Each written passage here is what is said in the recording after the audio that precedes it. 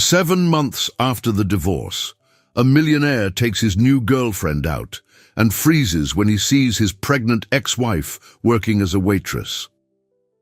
What happens next is shocking. The aroma of freshly brewed coffee filled the air of the elegant cafe in downtown San Francisco. The place was a haven for the successful and busy, a space where quick meetings blended seamlessly with the luxury of a well-deserved break. Ethan walked through the glass doors with Megan, his girlfriend. She wore an impeccable dress that highlighted her graceful figure, and her laugh echoed lightly as she spoke about an art exhibit she wanted to visit. Ethan, though physically present, was distracted, lost in thoughts about the meeting he had just left. The couple approached the counter to place their order. Ethan, with his habitual tendency to delegate, gestured for Megan to decide. While she deliberated over the different types of lattes, something, or rather, someone, caught his attention. At first, he couldn't believe it. There, behind the counter, stood Sarah.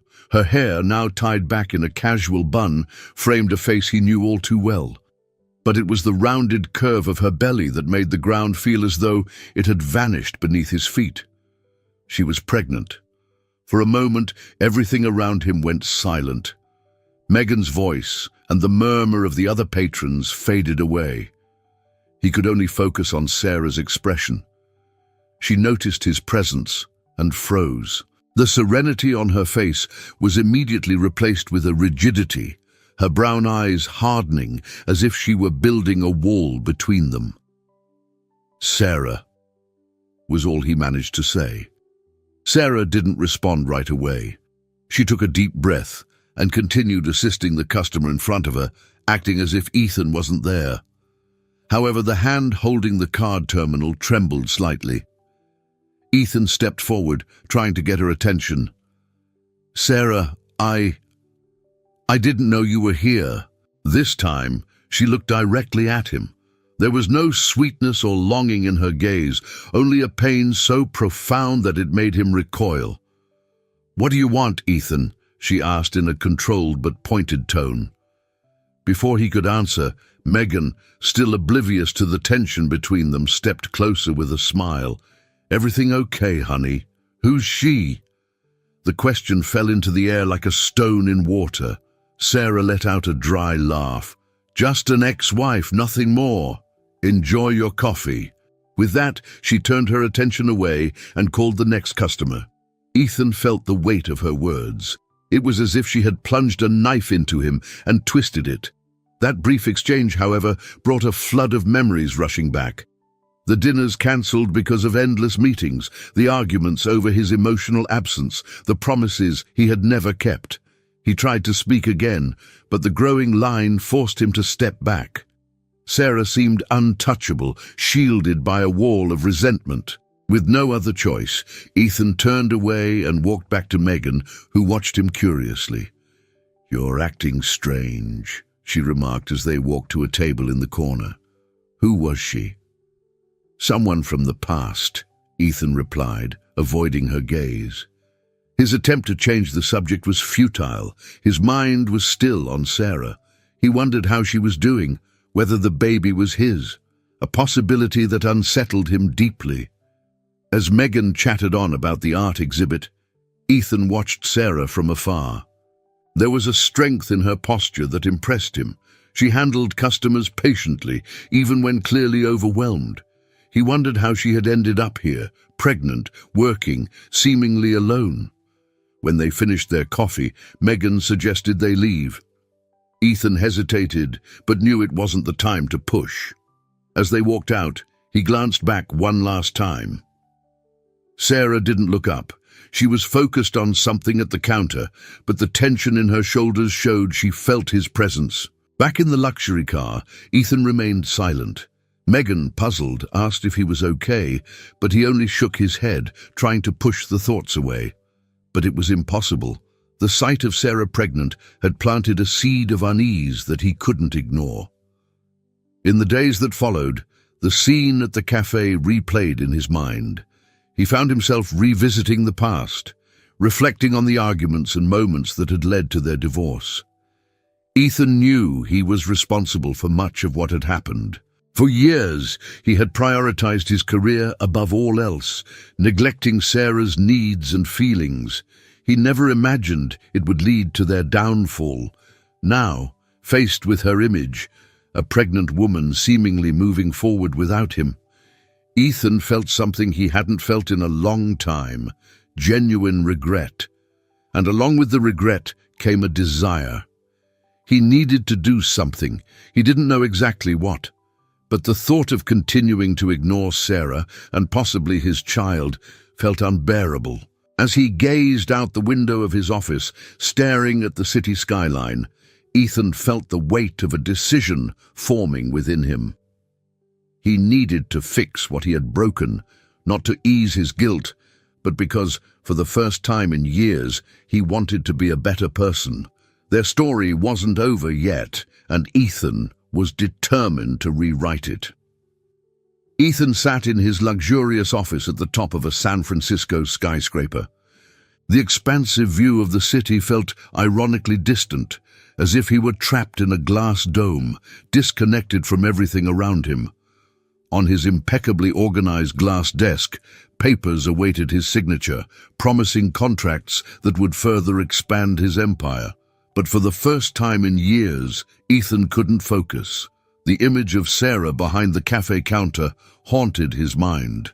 Her tense face, the unmistakable curve of her belly, and the cold tone of her voice when she spoke to him, all of it echoed relentlessly. He closed his eyes and tried to push the memories away, but instead others came rushing in. He remembered the nights he came home late, burdened by endless meetings, finding Sarah waiting on the couch with a cold dinner on the table. The fights where she begged for his attention, while he defended himself with the same excuse. "I'm doing this for us." But us had never been enough, not for her, and as he now realized, not for him either. Ethan had always wanted more power, more money, more status. And in the process, he had left Sarah behind. He opened his eyes and looked at a photo frame on the shelf. It was an old picture of him and Sarah, taken during a trip to Tuscany. She was smiling, her hair tousled by the wind, holding a glass of wine, while he looked at the camera with a proud expression.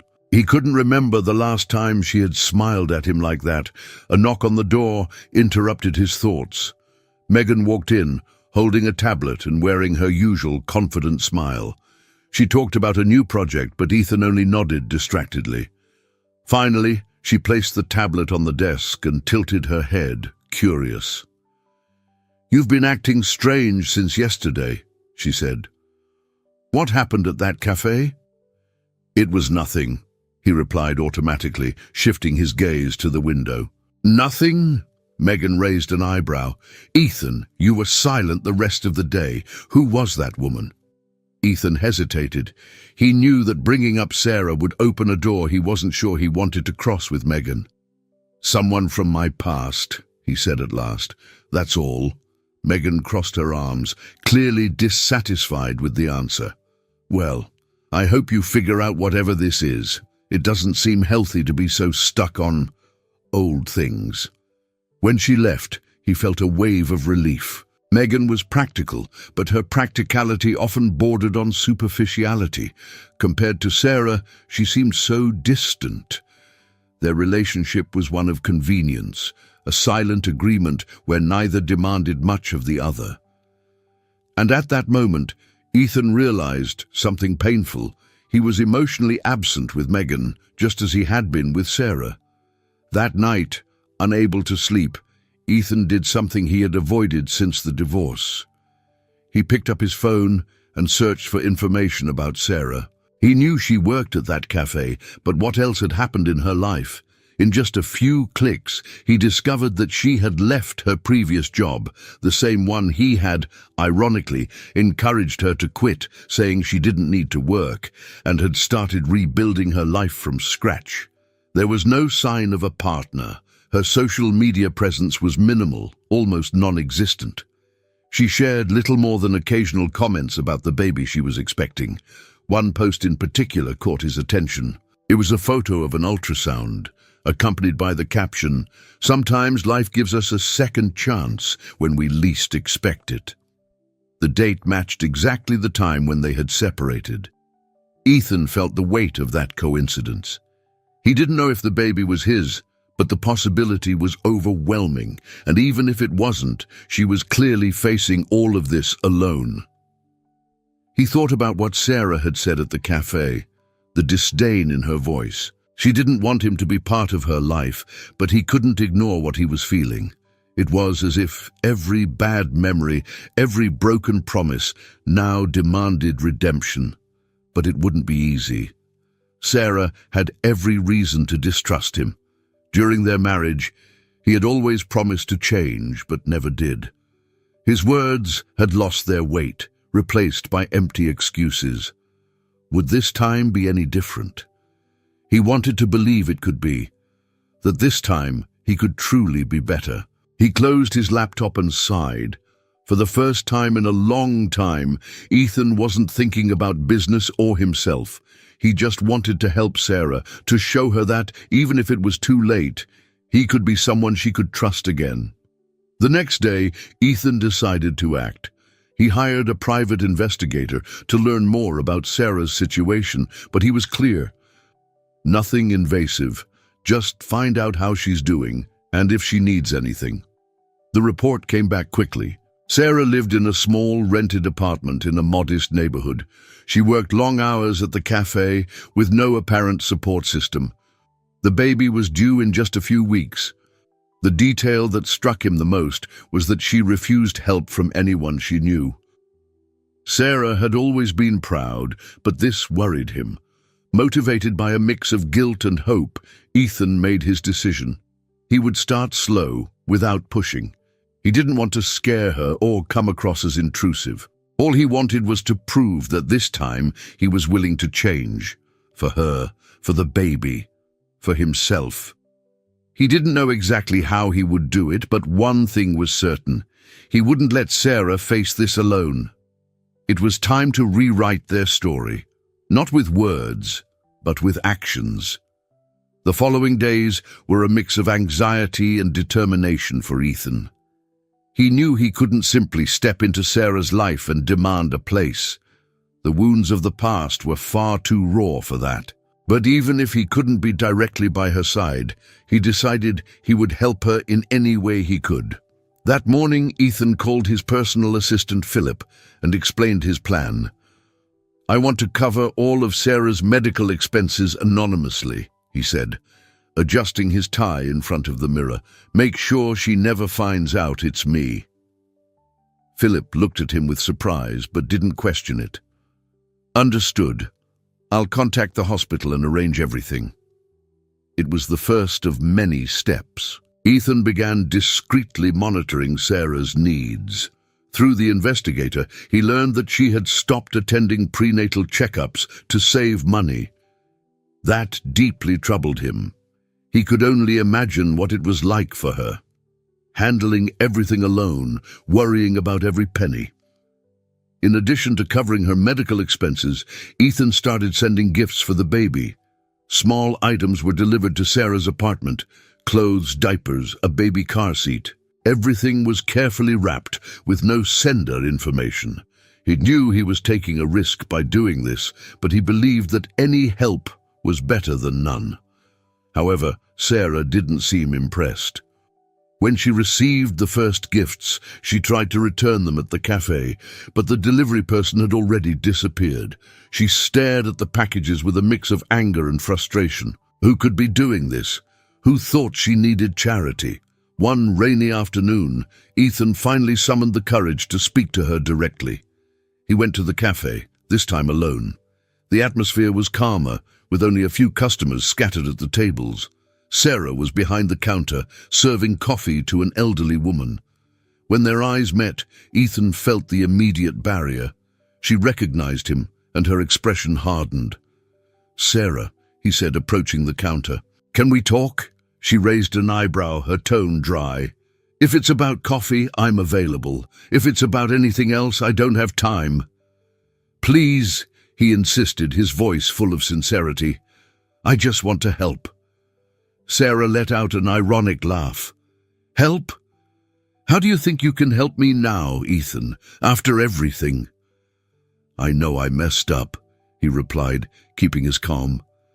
"I know I left you alone when you needed me the most. I don't expect you to forgive me, but I want to do what I can to make things easier."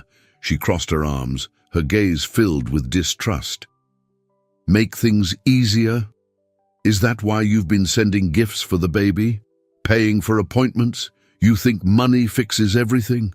"It's not about money," he said firmly. "It's about doing the right thing. I know I can't change the past, but I can try to be better now." Sarah took a step back, as if she needed space to breathe. "I don't need your charity, Ethan. I've learned to take care of myself, and I won't accept help from someone who only shows up when they feel guilty." Her words hit him like a punch. He opened his mouth to respond, but she cut him off. "And don't think you can buy a place in my child's life. I don't trust you, and honestly, I don't know if I ever will." Before he could insist, a customer called for her attention, forcing her to step away. Ethan stood there, feeling the weight of her every word. She was hurt, angry, and he knew he couldn't fix that overnight. In the days that followed, Ethan continued his gestures, but now with more caution. He discreetly covered everything he thought was necessary, avoiding any action that could be seen as intrusive. Meanwhile, his relationship with Megan began to show evident cracks. Megan noticed that Ethan was distant, more pensive. When she tried to start conversations about the future, trips, plans, even marriage, he gave vague answers or changed the subject. She started to suspect something was wrong. "You're obsessed with this woman," Megan said one night during dinner. "I know you feel guilty, but this isn't healthy, Ethan." "It's not just guilt," he replied, setting his fork down. "It's more than that.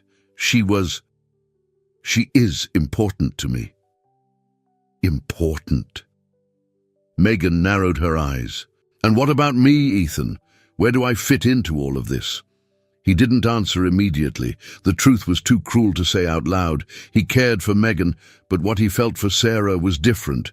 It was deep, complex, loaded with history, something he couldn't ignore. Megan noticed the silence and abruptly stood up. "I'm not going to be anyone's second choice, Ethan. Decide what you want." As she left the restaurant, Ethan remained at the table, his heart heavy. He knew what he wanted, and he knew that to get it, he would need much more than symbolic gestures.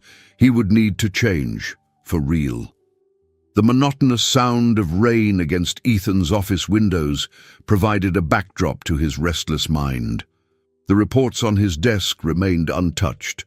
His thoughts were elsewhere. Days earlier, he had received more information about Sarah's life. Not only did her financial struggles become clear, but also the loneliness she was enduring. That bothered him more than he had anticipated. Sarah was strong, he knew that, but the thought of her facing the weight of motherhood alone kept him awake at night. "I need to do more," he murmured to himself. It wasn't enough to pay for medical appointments or send gifts. He needed to be more present, more visible, more real. That afternoon, Ethan visited a baby furniture store. The idea of setting up a nursery for Sarah had come to him impulsively, but now it felt like a necessity. He walked through aisles filled with soft colors and delicate patterns, trying to imagine what would be best for the child he didn't even know yet. A smiling salesperson approached him. "Looking for something specific, sir?" Ethan hesitated. "Yes, I need everything for a baby's room. A crib, dresser, chair, decorations. I want it to be perfect." "Of course, we can help." The salesperson pulled out a catalog and began showing him options. Ethan chose carefully, opting for practical, high-quality furniture. He added small touches, a mobile of stars, soft curtains, and a plush rug to make the space feel warm and inviting. "What about assembly?" Ethan asked as he finalized the purchase. "We can deliver and assemble everything in just a few days." "Perfect. Just make sure it's done in secret. It's a surprise." 2 days later, while Sarah was at work, a team arrived at her small apartment to set up the nursery. Ethan oversaw everything from a distance, monitoring by phone to ensure every detail was carried out as planned. When the team finished, they sent him photos. Seeing the completed room, the decorated walls, the assembled crib, every detail in place, he felt a mix of satisfaction and nervousness. It was a meaningful gesture, but he knew Sarah might not see it that way. That evening, Sarah came home exhausted. The physical strain of pregnancy, combined with the pressure of working long hours, made each day more challenging. She unlocked the door, stepped inside, and turned on the light. That's when she noticed something was different. The door to the previously empty room was slightly ajar. Curious, she pushed it open carefully. What she saw left her speechless. The room, once a lifeless and vacant space, now looked like a sanctuary for a baby. The crib was assembled, dressed with delicate cotton sheets. There was a dresser adorned with small details, a comfortable nursing chair, and even toys thoughtfully arranged on shelves. For a moment, Sarah stood frozen, trying to process what she was seeing. Then anger took over. "Ethan," she muttered under her breath, her voice filled with frustration. She grabbed her phone and dialed his number. He answered almost immediately. "Sarah," he said cautiously. "What did you do?" she asked bluntly. "I just wanted to help. Without asking me, without consulting me, how dare you come into my home and do this?" Her voice trembled, not just with anger, but with emotion. "I thought you might need it," Ethan tried to explain. "I wanted to do something for you and the baby." "You think you can fix everything with money, Ethan? You think you can just show up and decide what's best for me?" Her anger erupted. "I don't need you to set up a nursery. I need you to understand that you have no right to invade my life like this. I know I made mistakes," he said, his tone softer. "But this isn't about money. It's not about guilt. It's because I care. Because I want to be part of this." Sarah was silent, her breathing heavy. She turned to look at the nursery again, now with less anger in her eyes. It was beautiful, yes. Everything was in place, with a level of care she hadn't expected. Behind her fury, there was something else. Confusion. "Why now, Ethan? Why did you only realize this after it was over, after it was too late?" He sighed. "Because I was blind. I was so focused on work, on what I thought was important, that I didn't see what truly mattered. You, Sarah. What we had. I know it's late, but I want to try. I want to be someone you can trust." His words were sincere, but Sarah didn't know if she could believe him. "I don't know, Ethan," she said, her voice cracking. "I don't know if I can trust you again. I've been hurt too much." "I don't expect you to trust me right away," he replied. "I just want you to know that I'm here, that I won't stop trying." She sat down in the nursing chair, her eyes fixed on the crib. Her heart was torn. Ethan seemed different, but the scars of the past were still too fresh. "I just want what's best for our child," she said finally. "So do I," he replied. "And I want what's best for you too." The silence that followed was heavy, but not hostile. For the first time, Ethan felt that he had taken a small step toward what he wanted, a chance, however remote, to rebuild something with Sarah. The sun was setting slowly, painting San Francisco's sky in golden and pink hues. Sarah was closing up the cafe after an especially busy day. Her pregnancy was in its final stage, and every step felt heavier than the last. She sighed in relief as she locked the door and began her walk home. The short distance had never felt so long. Meanwhile, Ethan was parked a few meters away. He had been trying to give Sarah space, but stayed nearby just in case she needed him. Sitting in the car, his mind oscillated between concern for her and nervousness about the future.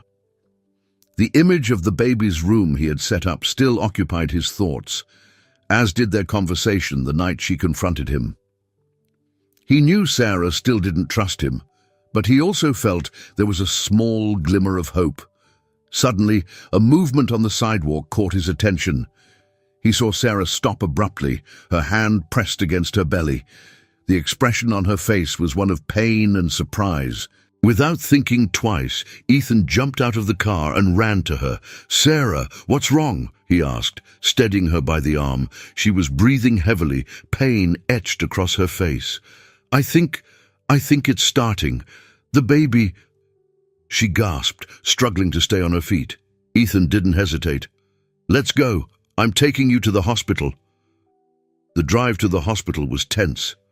Sarah gripped the seatbelt tightly, breathing deeply through each contraction.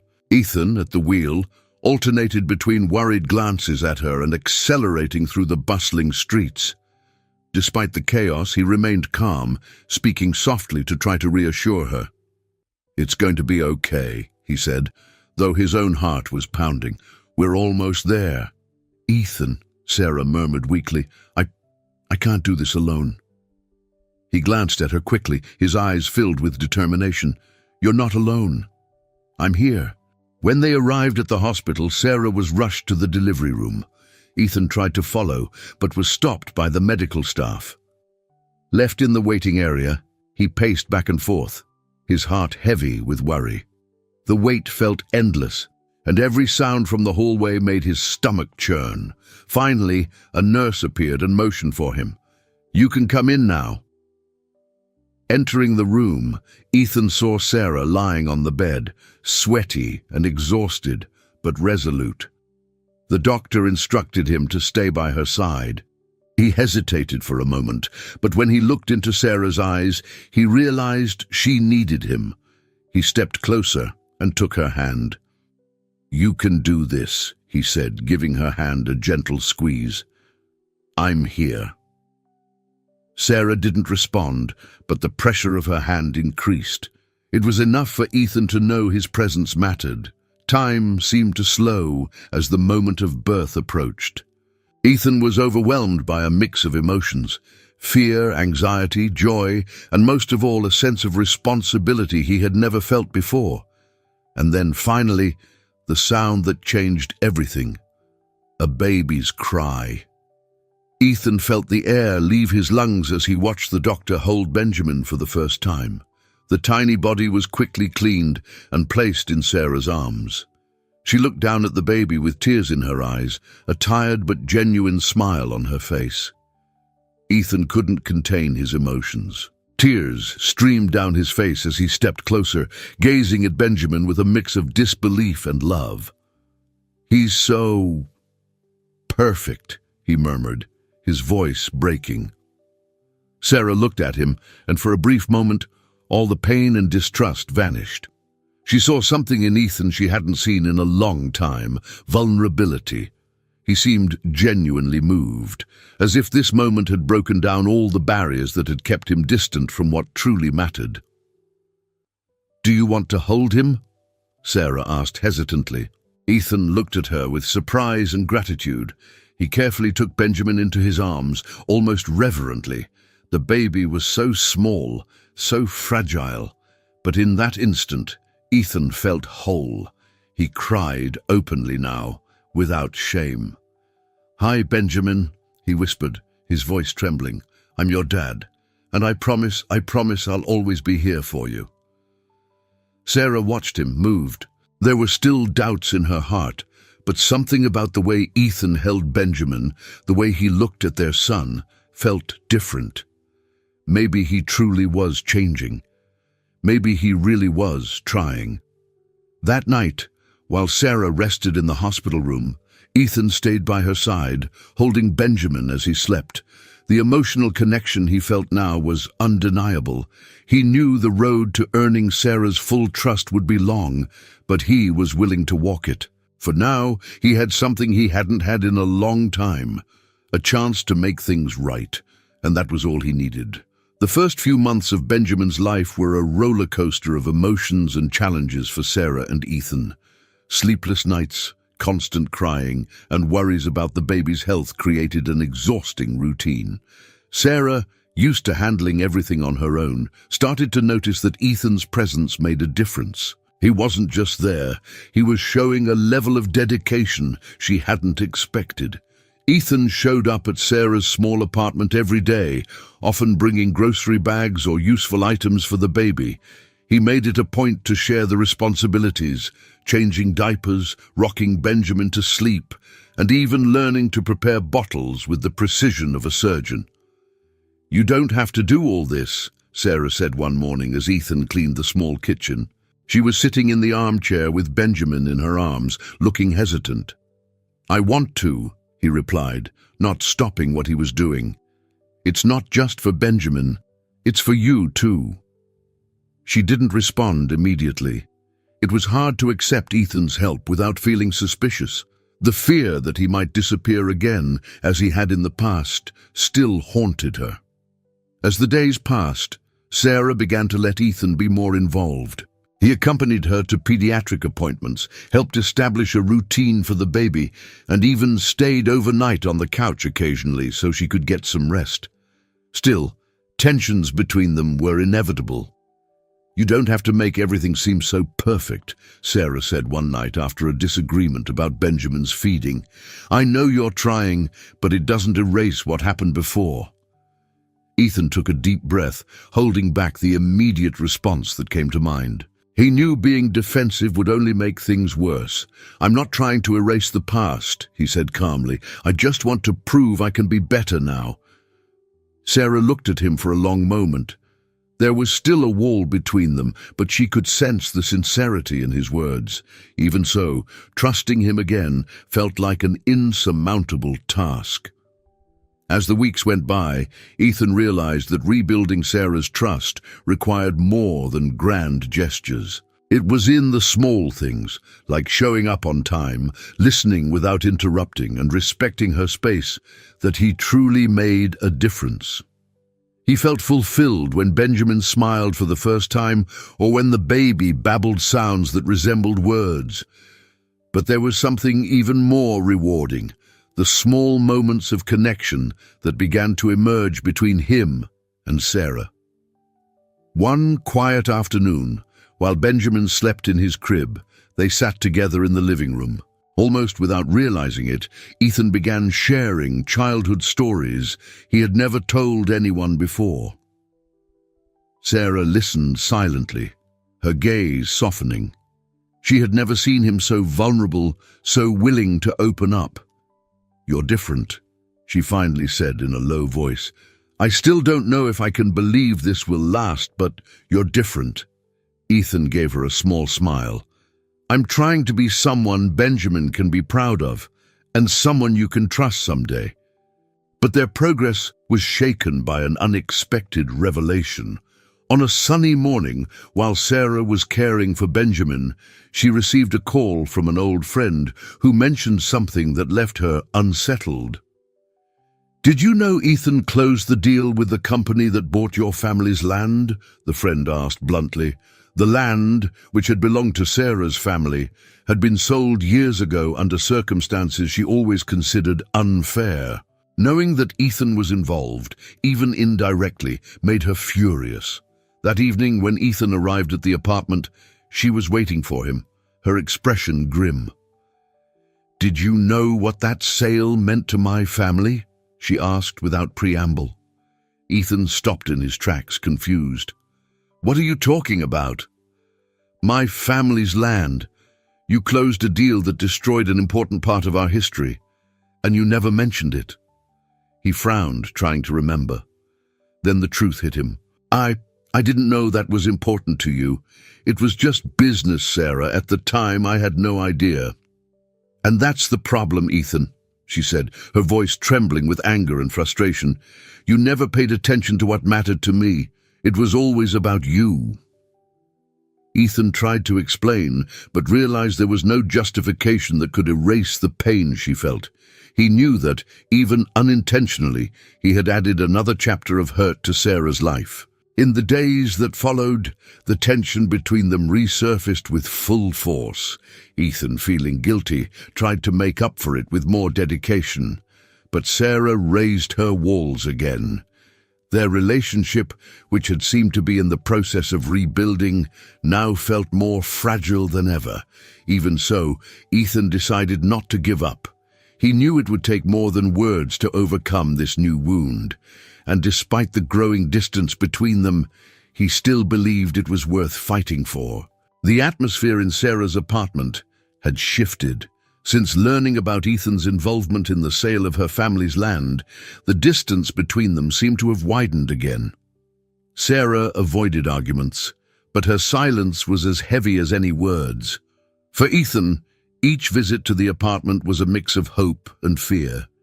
He knew he needed to face what was ahead, but he had no idea how. The storm broke on a Friday night. Ethan arrived at the apartment with a package in hand, a gift for Benjamin, but Sarah's expression when she opened the door made it clear something was wrong. "We need to talk," she said, crossing her arms. Ethan nodded and stepped inside, placing the package on the table.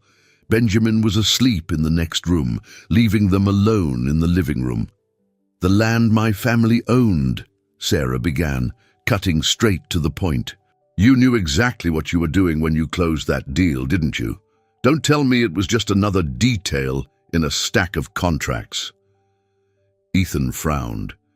He had thought a lot about it since she brought it up, but the weight of his actions felt even heavier now. "Sarah, at the time, I was a different person. I didn't care about the impact my decisions had on others. I was focused on growing, winning, succeeding. I didn't know it was so important to you." She let out a bitter laugh. "Exactly. You didn't know, because you never paid attention to anything that mattered to me. It was always about you, your work, your plans." "I know I failed you," Ethan replied, his voice heavy with emotion. "I don't expect you to forgive me all at once, but please, believe me when I say I'm not that man anymore." Sarah stared at him, her conflicting emotions clearly reflected in her eyes. She wanted to believe him, but the wounds were still too deep. "Do you have any idea what my family lost in that sale? The history, the memories, our roots that were ripped away?" Her voice faltered for a moment, but she continued. "I spent years trying to move past it, Ethan. And now, finding out you were directly involved, it feels like it's all coming back to hurt me again. If I could go back and undo it, I would," he said desperately. "But I can't. All I can do is prove that I've changed, that I'm here now, willing to be better." "And how can I trust that?" Sarah asked, crossing her arms. "How can I be sure that a few months from now you won't just disappear again?" In the days that followed, Sarah avoided Ethan as much as she could. He still visited Benjamin, but their interactions were cold and distant. Ethan felt like a stranger in a space he was beginning to see as home. Yet he refused to give up. One day, he decided to approach things differently. Instead of just trying to justify himself, he began to share more of his life with Sarah. He talked about the nights he stayed awake, replaying all the mistakes he had made, about how Benjamin had completely changed his perspective, about the emptiness he felt, even after achieving everything he had ever wanted materially. "I spent so much time chasing things that, in the end, mean nothing," he said during one of these conversations, "and by the time I realized that, I had already lost you. I had already lost everything that really mattered." Those words began to chip away at Sarah's defenses. There were still doubts, but she could see that this time Ethan was more vulnerable, more human. He seemed willing to expose his flaws, something he had never done before. The hardest decision came in an unexpected moment. One quiet afternoon, as she watched Ethan playing with Benjamin, Sarah felt a wave of emotion wash over her. It was impossible to ignore the genuine bond between father and son. Ethan was no longer the selfish man she had known. He was present, committed, trying, even if imperfectly. When Benjamin fell asleep, Ethan approached her, hesitant. "I know I don't have the right to ask for anything," he said, looking directly into her eyes. "But please, give me a chance to make things right. Not for me, but for Benjamin. He deserves to have a family, even if I have to earn it step by step." Sarah took a deep breath. "I can't erase what happened. The hurt, the mistakes, they're still here. But I see that you're trying, and for Benjamin's sake, maybe I can take a step toward that." It was a beginning, a fragile start to rebuilding. There was uncertainty, but there was also hope, and for Ethan, that was more than enough to keep fighting. The following months were an exercise in patience and learning for Ethan and Sarah. The wounds of the past were still there, but Ethan's consistent and genuine actions began to soften the barriers Sarah had built. He became an indispensable presence in Benjamin's life, and gradually in Sarah's as well. Ethan woke up early to help with Benjamin, even on days when he had no obligations at the apartment.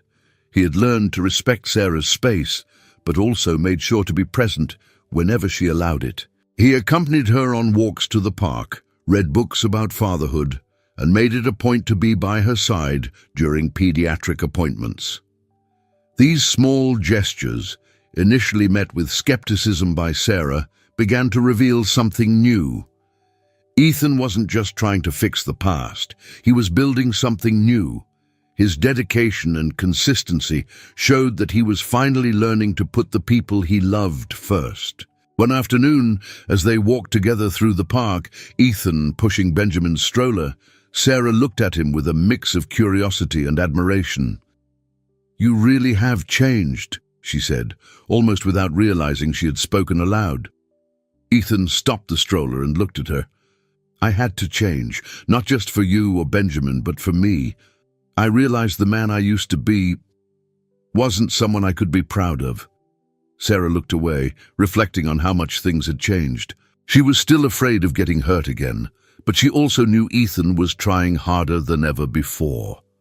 Over time, the two began to rediscover something they had lost long ago: moments of connection. Between unexpected laughter while changing diapers and nights when Benjamin finally went to bed early, Ethan and Sarah started talking the way they had at the beginning of their relationship.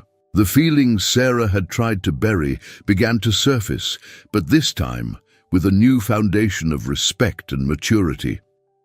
One night, after putting Benjamin to sleep, Ethan looked at Sarah with a seriousness she recognized.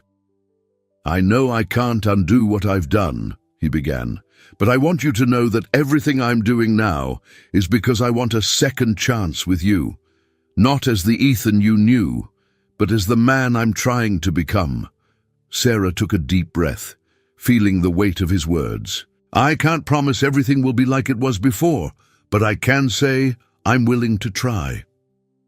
It was a small declaration, but enough for Ethan. He knew the journey would still be long, but that moment marked a turning point. Months later, on a sunny morning, Ethan surprised her.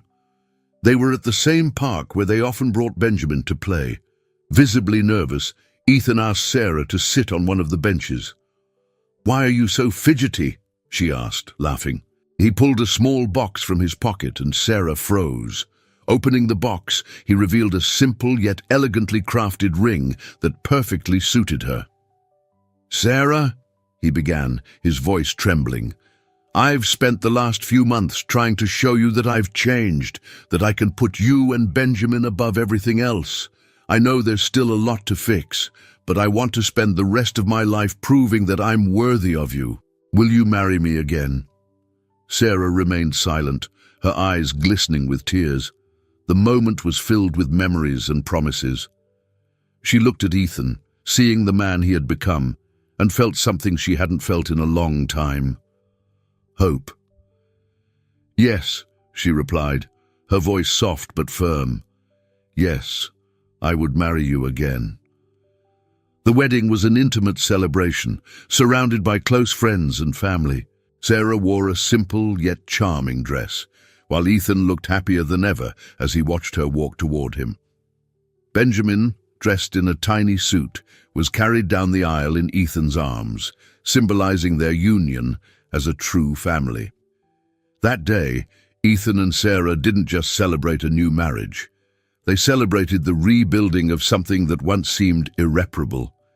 The vows they exchanged were not just words, but promises of a different future, built on trust, respect, and love. Ethan, Sarah, and Benjamin stood together in the garden of their new home. The sun bathed the small yard where Benjamin was taking his first steps with his parents' help. Ethan looked at Sarah and smiled. She smiled back, her expression full of peace. The scars of the past still existed, but now they were merely marks of a story that had made them stronger. Together they had something they'd never had before, a new chance to be happy. I hope you enjoyed today's story. If you did, subscribe to the channel so you don't miss more stories like this. Leave a like and comment below what you thought about the story. See you in the next video.